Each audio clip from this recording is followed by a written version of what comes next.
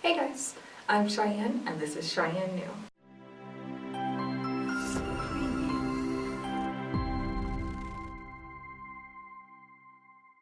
So today we're going to be talking about a fear of intimacy in the social media era. I really think that people use social media as a crutch to get companionship and sympathy without the demands of friendship. It's really annoying to me, and so I decided to rant about it. Here we go. The thing about excessive use of social media is that it gives the illusion of companionship without the demands of friendship, which is why that girl on Instagram thinks you're best friends after sending a couple of memes with each other. I don't know if anyone is surprised to find out that in the age of social media, where technology has redefined the boundaries of communication, that people are still feeling isolated and alone. You would think that in this day and age that it would be easier than ever to find any person that you want, whether it's for like hookups or friendships or relationships, marriage, a kayak partner. There's Meetup, Craigslist, Tinder, Facebook. And even though there's so many ways to make friends online and some people are capable of making very great friendships online, I personally find that my best relationships were established in person. I met my best friend at a school club, I met my first boyfriend in high school, and those were all like really great relationships that I feel flowed and progressed naturally, whereas relationships I've made online. So here are some facts behind my criticism so you don't think that I'm just an angry person. 17% of adults fear intimacy. They are afraid of being vulnerable and putting themselves in a state of like being able to be rejected.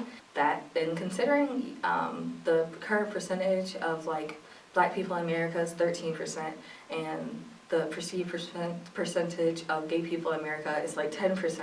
You can imagine that 17% is decently sized, even though it doesn't seem like it. Another fact, according to Turkle, a psychologist, is that with social media and the digital age coming so quickly to people in my generation, people are rushing into relationships that they don't have the capacities for. So this can lead to two things for people my age. On one hand, you can run into online relationships where you can feel as connected as you want, but there's a barrier, there's a physical barrier of intimacy. And then the second one is the total opposite, where you go straight into hookup culture. I don't know why, whatever. But you rush into hookup culture wanting comfort without commitment. And that's what we call chilling or talking. If you want a best friend that's going to call and check on you and see what you want to do that day, think back to how many times you've actually talked to someone that you're sharing interests with. I'm so sick of girls that literally make friends with just the closest first person they see. If you make friendships strictly out of proximity, then maybe you're not going to have the best friendships. If you make friendships out of mutual interest, then you'll have better friendships. You will have friends that connect on your level. You will be able to talk more, but also you have to be able to establish boundaries. Not every person is the same. I have some friends that like to text every day. I have some friends that only want to text when they hang out, and then we talk a lot in person. You just have to recognize that everyone has their own way of communications, and they also have their own attachment styles. Now, because I'm a psychology major, I had to throw in some real science. If you're so self-centered that the only time you want to hang out with people is when you need a favor or you're bored, then eventually people are going to feel that. They're going to feel used. They're going to feel like you don't really care about them, that you just want something to do. And ultimately, depending on how you're expressing yourself, that's exactly what you're giving off. If you're bored at home and you've just watched your second season of whatever TV show, and you're wondering, damn, I wish I had someone to hang out with, think about what you would want to do, and then go do it.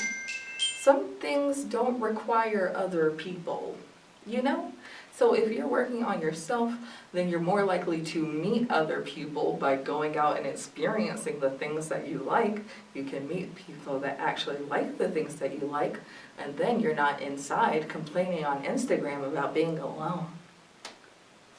Here's what it boils down to. Just pour the love that you have for other people out, and then you will see if you receive it. And if you don't receive it, stop pouring the love out to those people. They don't want it. If they're not giving it back, leave them alone. Ugh. And if no one wants to receive your love, pour it into yourself. Just pour your love out, take the bucket, pour it on. Ice bucket challenge. Anyway, that's about all I have to say. If you're constantly complaining about being lonely and friendless, consider who you are as a person. Consider what type of people that you want to be friends with. Pour out love at every opportunity. And invest in yourself to become the friend that you would want to have. Thank you for watching. I'm Cheyenne. This is Cheyenne New. Like, comment, and subscribe.